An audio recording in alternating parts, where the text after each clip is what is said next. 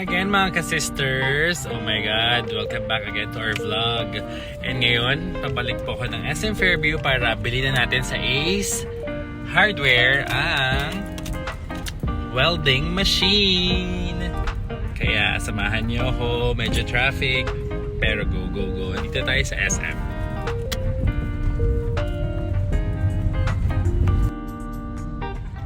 So, hanap lang tayo ng parking mga ka-sisters. Once again, don't forget to please like, share, and subscribe. And please don't skip the ads mga ka-sisters. Okay? Thank you. Tara, park muna tayo. So, ayan. Actually, dito ang pinaka-favorite parking ko sa SM Fairview. Parang feeling ko lang medyo relax, hindi na malayo yung lalakarin. Dito sa malapit sa Savory, Watson, tapos dun banda ang Starbucks. Ayan, dito ako sa area na to. Actually, meron nga palang bagong tayong condominium, napakataas dito sa Fairview, Euro Towers. Sobra, bago pa lang yan. Don't know kung ilang years pa lang. Basta like 1 to 2 years pa lang yata yan. Bog. Thank you po. Pero syempre, doon sa site na yon, malapit sa Fairview Terraces, ang aming condominiums. Pag may naghahanap kayo ng for staycation or long-term na unit, we have studio type and 3 bedrooms, fully furnished yun guys. Kaya huwag niyo kalimutan, meron kaming condominiums for rent. Thank you. Nandun sa banda doon. Dito lang sa Fairview, Quezon City. Ha.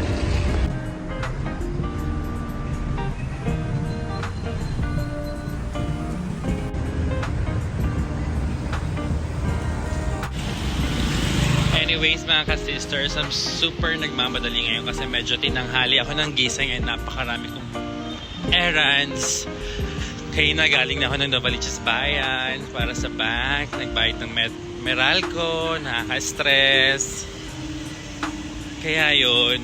And dito tayo sa Ace Hardware. Kailangan ko siya mabili kasi later tonight pupunta na ako ng rest house. Doon siya mas gagamitin yung welding machine na yun. And may hahabulin pa akong volleyball. Sana later alas 6. Sana umabot ako mga sisters. Pero sa ngayon, bilhin muna natin yung welding machine. Let's go! Christmas na sa SM.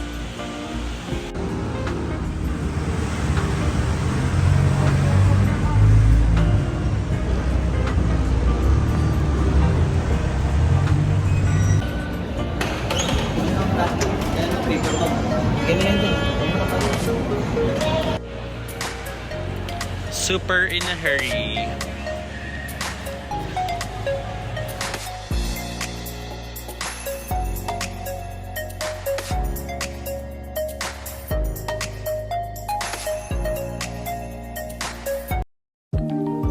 Ayan, nandito tayo ulit sa Ace Builders, SM Fairview.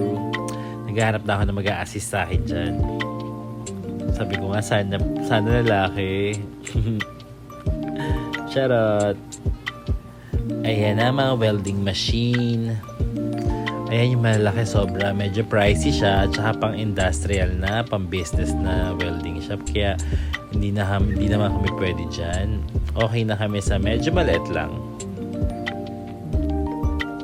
Tinuturo ko na yung nakukrusyadahan kong Eagles na welding machine. Ayan kasi medyo old style daw yan.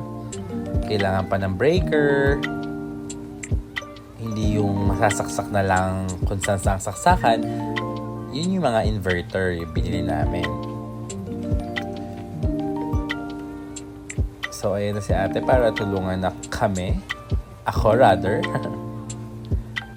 So basically mga ka-sisters, gaya ng itsura ng mga welding machine pala. Kagaya ko, hindi naman ako ma-handyman. So ngayon lang din ako nakakita ng welding machine.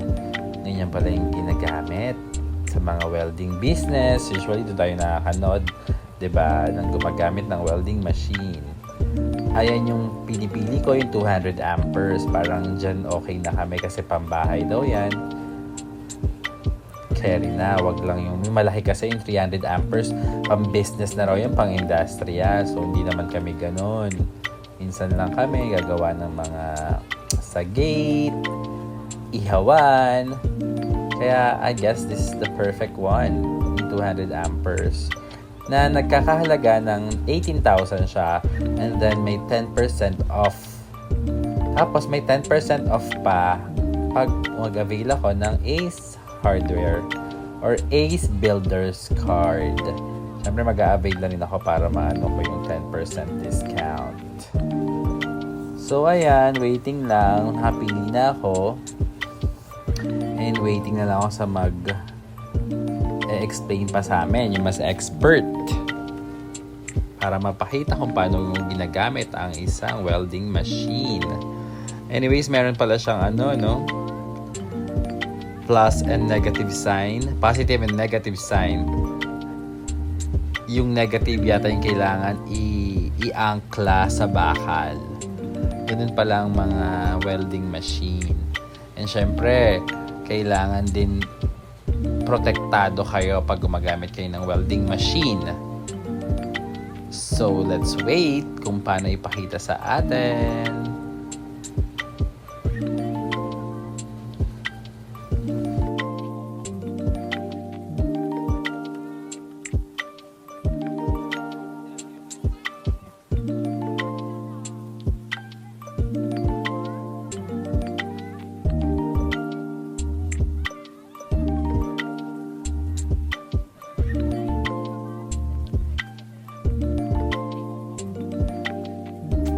Ayan na si Kuya para mag-test sa atin ng Eagles welding machine. Yan, may dalawang hahawakan or dalawang kable, positive and negative. Siyempre, kailangan meron tayong shield sa face, kaya bumili na rin ako neto for 200 pesos, I guess. Kailangan niya ng gagamit. At stock na rin namin for safety. Baka magamit ng aming caretaker. Yan, si Kuya is trying na ayun yung negative, yung naka-clip or naka-angkla dun sa bakal. Kailangan pala yun. Tapos kailangan may bala naman yung sa positive, yung hawak-hawak ni Kuya na yan. Kagulat nga, biglang try ni Kuya. Lapit-lapit ko. Kaya nagulat ako. Ayan. Basically, ganyan lang siya kadali. Yung bala, makabibili yan sa hardware. Meron din naman sa Ace Builders, kaso maramihan masyado, hindi naman niya mauubos, sayang lang. And medyo pricey sa Ace Builders kasi kilos ang labanan, 5 kilos ang bili-bili. Kaya ayun, natanong ko na sa mga kabili niyan, meron daw sa hardware, no worries. Ayun lang, ganyan lang ka-basic gamitin ang welding machine na yan. Inverter, mas tipid daw, mas comfy to use. Kaya kung nagpaplano rin kayo bumili ng sarili yung welding machine, for the go! Diba? Thank you po for assisting us, mga kuya from Ace Builders. Ayan, pinapakita sa akin yung bala nila. Pero meron naman daw sa hardware, kaya doon na lang daw ako. So, ayun. Thanks for showing on how to use it.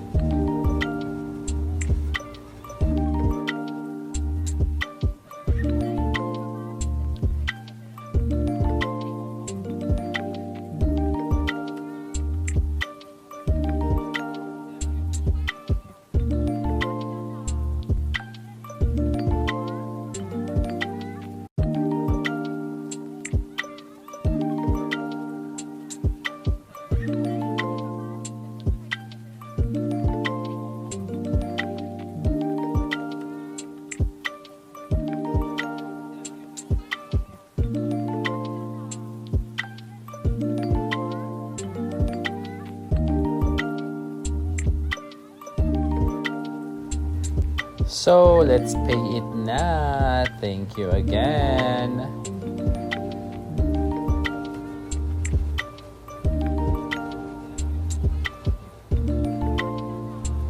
Yan, shout out to Kuya Ben, ang pinaka nag-assist sa akin sa Ace Builders. Ayan, Kuya, thank you. By the way, don't forget to like, share, and subscribe. And thanks for watching. Keep safe always. Bayaran Blues muna. Bye-bye.